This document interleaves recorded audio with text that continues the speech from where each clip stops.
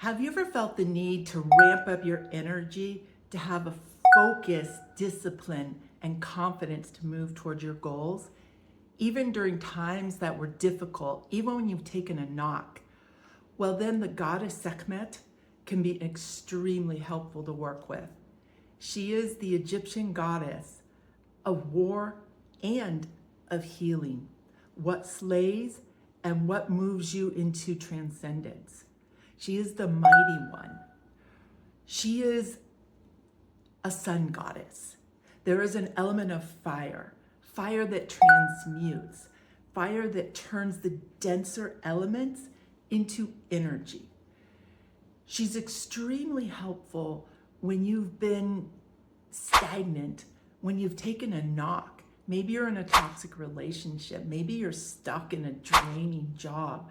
Maybe you need to call out your boundaries, affirm your power, even in a way that's not so nicey, because that's not going to move the energy. Now, Sekhmet is a very ancient goddess who has come back for our times. Some of you maybe have seen her in the British Museum. Maybe some of you have been fortunate enough to go to Egypt. She's massive statues of this woman with her lion's face, with her sun helmet on, and she's giant. She is an immense, mighty energy. Now, you can work with her in various ways. She has a mantra, Sa Sekin Sahu, Sa Sekin Sahu. This calls in her energy. It can be used for discipline, for strength. I first encountered her simply needing to get in shape, needing to lose some weight. God, I can start a workout program and then end it 3 days later. When her energy came into me and I was just go, go, go. Those 20 pounds were gone. I was cycling every day, even when it hurt a little bit. She is a goddess that is part of a pantheon, the Egyptian pantheon. Her father is Ra, the sun god. She is part of the larger Hathor goddess. She's the fierce aspect of Hathor, who is the goddess associated with nurturance, the golden cow. Now, Sekhmet does have a story that she's become known for. This is her as the goddess of vengeance, but it's important to know this was a righteous vengeance, and she was called to do so by her father, Ra. So Ra saw his creation, humankind, and he was not happy with them, as often happens in these old stories, and as often happens with us humans. The humans were being wicked, being rebellious, causing trouble. They were out of order with the cosmic perfection, with all that is. They were causing chaos. So Ra called upon his daughter, Sekhmet, the lion-headed one, to come in and clean stuff up and get rid of some of those that were wicked. And she goes in and she does so. She starts munching people. She starts eating them. She starts drinking their blood.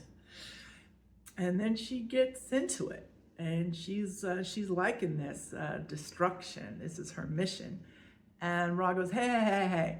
You started with the evil ones. I don't want you to take all of them out, okay? I want you to stop. But she can't. She can't at this point. She's just like slurping up that blood. And so one of Ra's priests comes up with the idea that they will put some natural dye from the Nile into beer and throw it into the desert, and that she sees that and she starts slurping it up and she drinks all that beer and she gets drunk and she goes to sleep. And so then mankind gets to stay. And at that moment, she transforms into the beautiful and docile Hathor. And she starts serving beer. And that becomes the beer festival in ancient times. And she's forgotten for many centuries and millennia, and then she comes back into consciousness, and she's come into people's dreams. She's revered in places such as the Temple of Isis, where I was ordained in California. And she has a lot of relevance to folks that have a vision for life beyond patriarchy, folks that are creating their own sort of truth out of the chaos that we're living in. Extremely valuable for transforming what can be a rage at injustice towards others, towards you, something that's happening a lot in these times, and make it into something that is in service of cosmic truth, of cosmic balance, aka justice. Ultimately, she is a goddess of fierce compassion. That is the element of healing. When there is a wound, and she can actually help heal that wound, take the pestilence into the world, but also take it away, take the remedy, alchemy, right? Homeopathy, a little bit of bad, and then sort of go to the higher good. In ancient Egypt, her priests were healers. Her color is red. Her priests wore the color of red. They were shamanic healers. And she continues to be a force for healing to this day. The author, shamanic practitioner, Nikki Scully, wrote this wonderful book and leads workshops where she got a vision to work with Sekhmet. Folks create a knot, and then it's unraveled. That represents their hidden anger, that thing that's been suppressed. A powerful shadow work, right? To come to terms with whatever's holding you back, your bitterness, your disillusionment, and then transforming that into a source of power. She is the mighty one, Sa Sekin Sahu, power, moving forward, a force for justice, a force for healing, even when times are harsh, even in the harsh environment of the desert, taking that sun that can kill.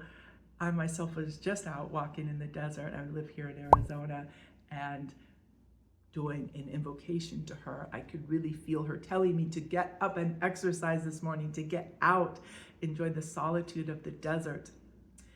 And she'll do the same for all who call on her with discipline and with focus and understanding that alchemical process.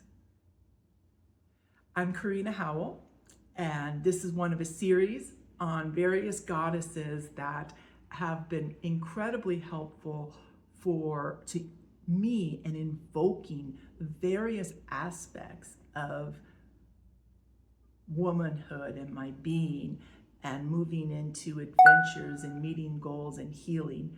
And I hope that this has been helpful.